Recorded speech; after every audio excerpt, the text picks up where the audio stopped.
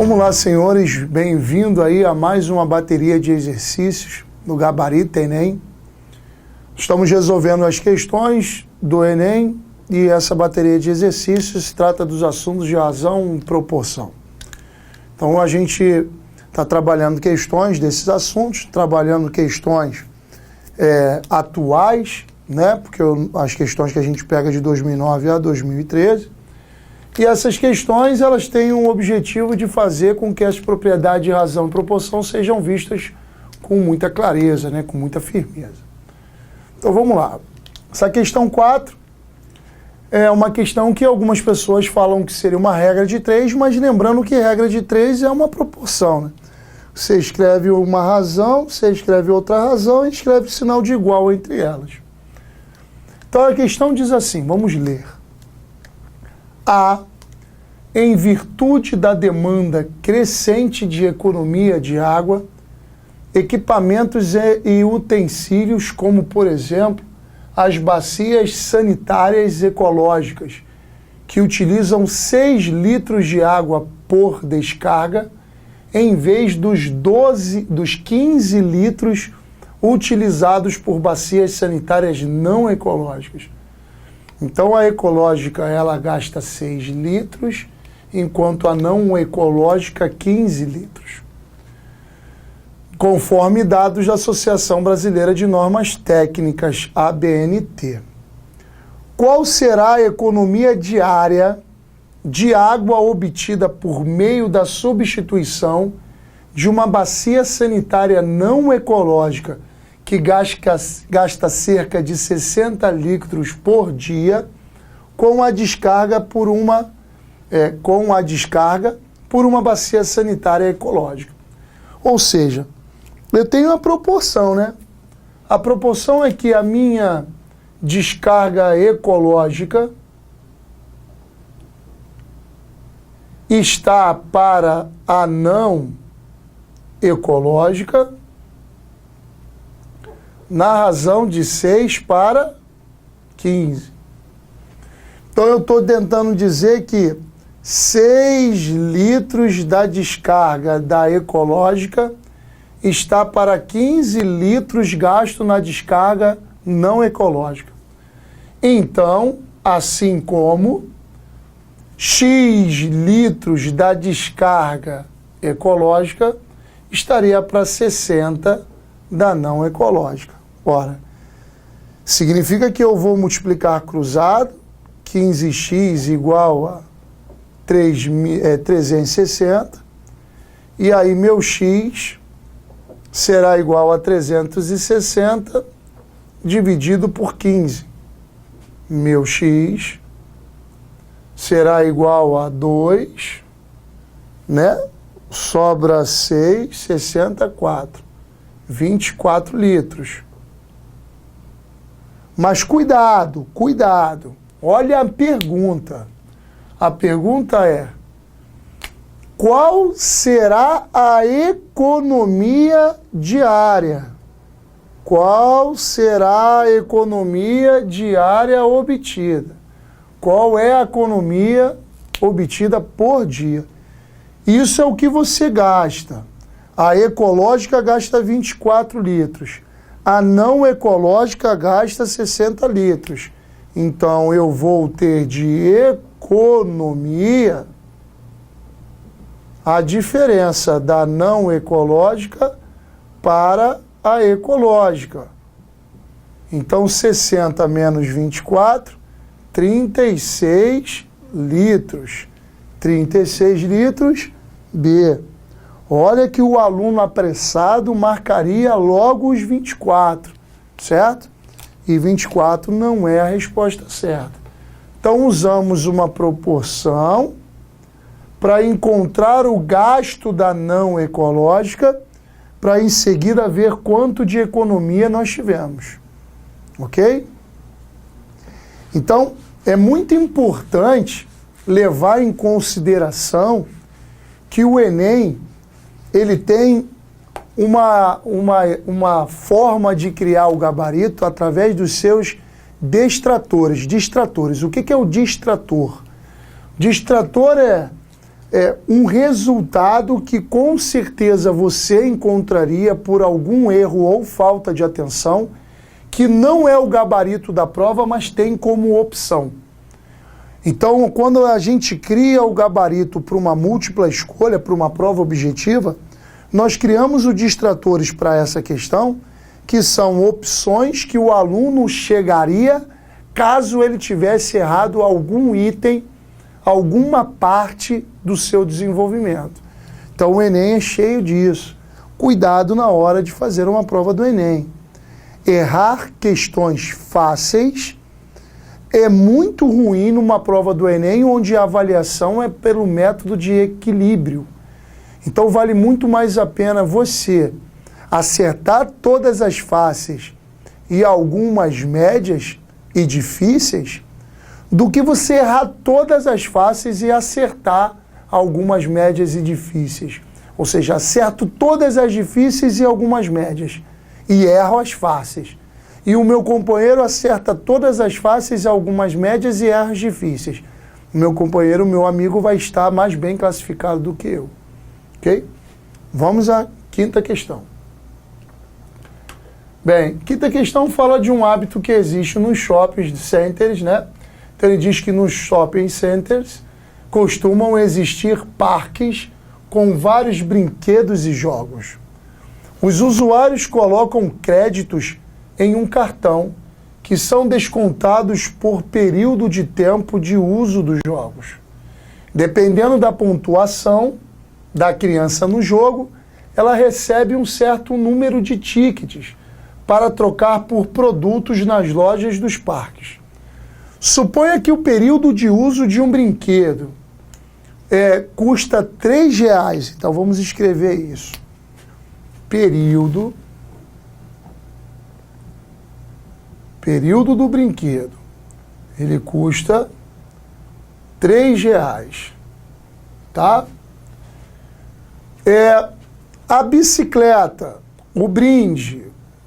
Então, uma bicicleta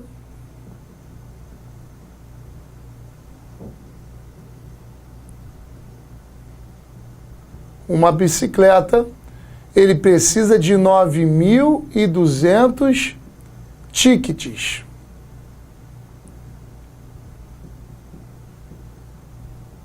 Tá bom? Só que a criança ela recebe 20 tickets por período. Então, R$3, que é um período, dá direito a essa criança 20 tickets. Ok? Então, o valor em reais gasto em crédito para obter a quantidade de tickets para tocar a bicicleta, se a gente consegue associar o dinheiro a uma quantidade de tickets, nós conseguimos associar o dinheiro à quantidade de tickets necessário para a bicicleta. Então, o que nós fazemos nessa questão? Nós pegamos o total de tickets que a bicicleta precisa e dividimos pelo total de tickets que nós temos em cada período. Se a gente faz isso, nós vamos encontrar 4.600 tickets. Só que cada ticket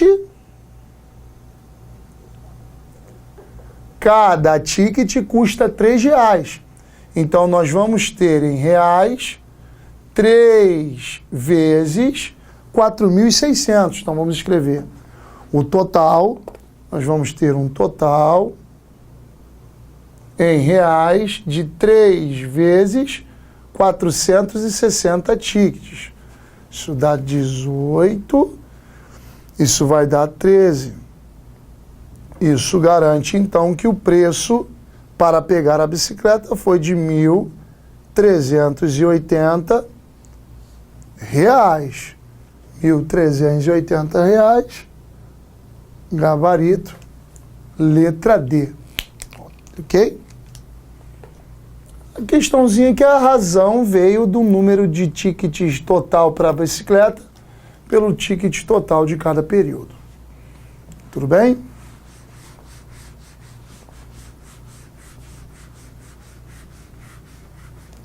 Essa questão número 6 é uma questão de proporção, é uma questão que envolve a parte de geometria com a parte de porcentagem.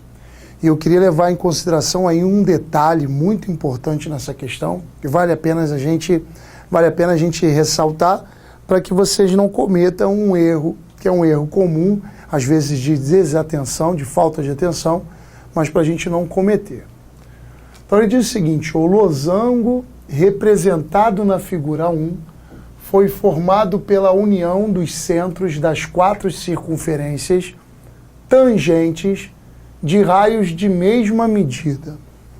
Então, raio R, R, R, R, R. Você tem aqui um losango de lado 2R. Dobrando-se o raio de 2 das circunferências centradas em vértices opostos do losango, e ainda mantendo-se a configuração das tangências, obtém-se uma situação conforme ilustrada pela figura 2. Aqui eu dobro, então aqui ao invés de R eu fico com 2R e R. R e 2R. 2R e R. R e 2R. Certo? Bem, o perímetro da figura 2, quando comparado ao perímetro do losango da figura 1, teve um aumento de... Vamos escrever isso aqui. Então, vou escrever o seguinte. Se é o losango da figura 1, todos os seus lados são iguais. Primeiro, o que é um losango, né? O losango é um quadrilátero que tem 4 lados iguais. Esse é o losango. O losango é um quadrilátero com 4 lados iguais. Não confunda losango com quadrado, porque um quadrado é um quadrilátero de 4 lados iguais e 4 ângulos de 90 graus. Então tem uma afirmação muito importante.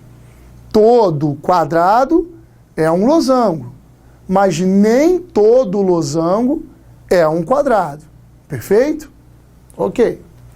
Esse cara aqui tem, então, 2R e R, R e 2R, 2R e R, R e 2R. Quem é o perímetro da figura 1? Chamamos de perímetro 2P. Quem é o perímetro da figura 1? É um perímetro de um losango de lado 2R.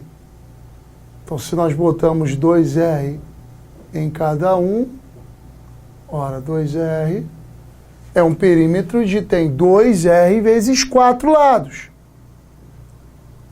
8R. Ok? Quem é o perímetro da figura 2? O perímetro da figura 2 é um losango um pouquinho maior, de lado 3R. Ora. Perfeito? 3 vezes 4, 12R. Presta atenção na pergunta. Quando comparado com a figura 2, comparada ao perímetro da figura 1, qual foi o percentual de aumento?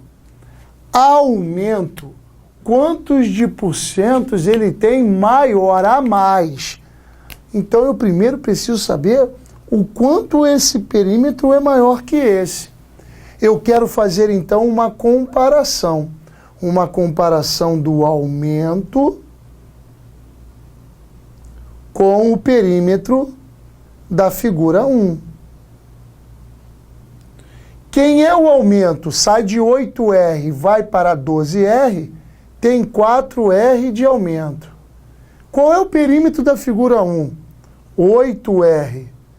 4 dividido por 8, porque o R é o mesmo, pode cancelar, dá 0,5. Transforma isso numa fração. Isso é 5 décimos. Transforma numa fração de denominador 100, isso é 50 centésimos. E 50 centésimos é o mesmo que 50%.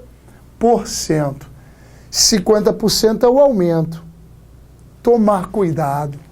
Porque se você faz 12R dividido por 8R, você vai encontrar 1,5. E 1,5 representaria para a gente 150% do total. E aí você teria que prestar atenção. Significa que 150% do total é o perímetro anterior mais 50% do perímetro novo. Ou seja, um aumento de 50%, não um aumento de 150%. Ok?